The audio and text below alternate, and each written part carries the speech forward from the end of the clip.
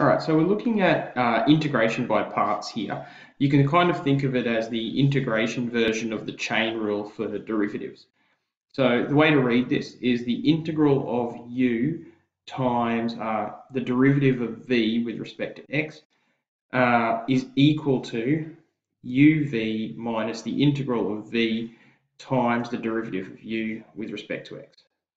Probably a more useful way to see this is the integral of u v dash with respect to x is equal to uv minus the derivative of vu dash with respect to x. So important to note, the question kind of needs to start with two functions, and one of those functions you need to treat as the derivative, and you need to find the integral of it here. And one of those you need to treat as a function, and you need to find the derivative of it. Probably easier to do a bunch of problems so you can see how this actually works. So here's our example, the derivative of x sine x with respect to x.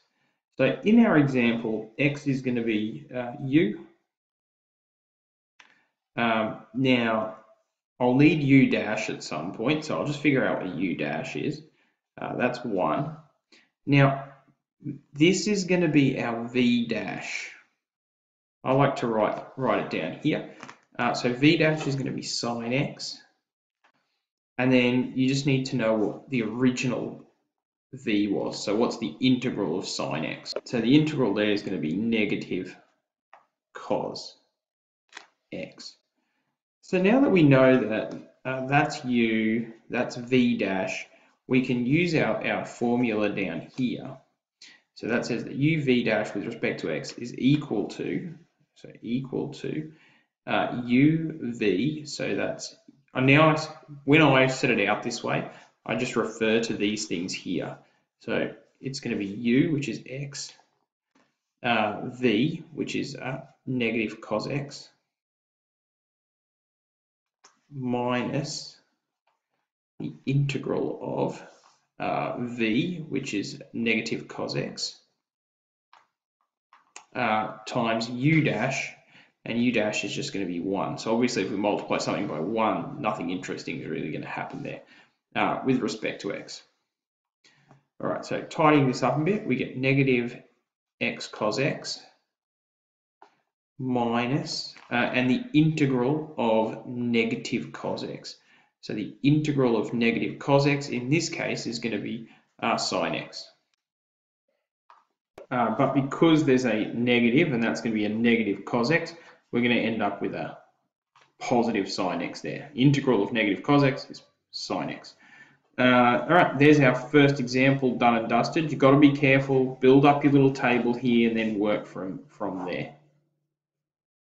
Here, the integral of x squared e to the x with respect to x. Now this is going to be our u, and this is going to be our v dash. So we've got u is equal to x squared. I'll need a u dash at some point. We'll call that 2x. Now my v dash is e to the x, and it just so happens that my v is also going to be e to the x. Tricky little thing there. All right, so after that, that's going to be equal to u v, so x squared e to the x, minus the integral of v, which is e to the x, times u dash, which is 2x. All right, so now I have x squared e to the x minus, just write that as I should have written with respect to x there, 2x e to the x. Now, if you look at this, it looks like we've got a bit of a problem here. 2x e to the x, it doesn't look much different to that, but I can probably go again. This is a function times a function, so I can just like integrate by parts a second time. So x squared plus x squared times e to the x is just going to stay here, and now this time my u is going to be equal to 2x. My u dash is going to be equal to 2 my v dash is going to be e to the x, and my v is going to be e to the x.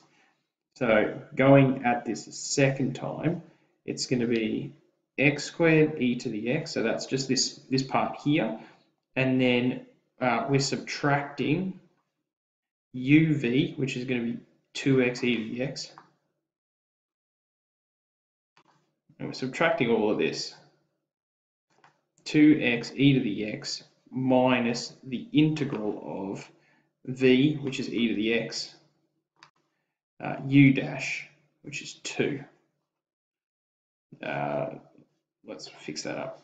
Integral 2 e to the x. So that's 2, which was our u dash e to the x. All right, so now what we have is x squared e to the x minus 2x e to the x. And then it's going to be, so it's a minus of a minus here, so it's going to be plus whatever our last little bit is here, plus the integral of 2e to the x, which is just 2e to the x.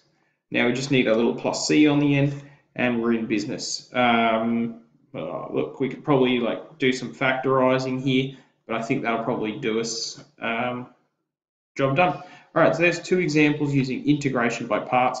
I really think your best bet is to create your u dash, your v dash, and your v in that order, and then start applying your rule that way.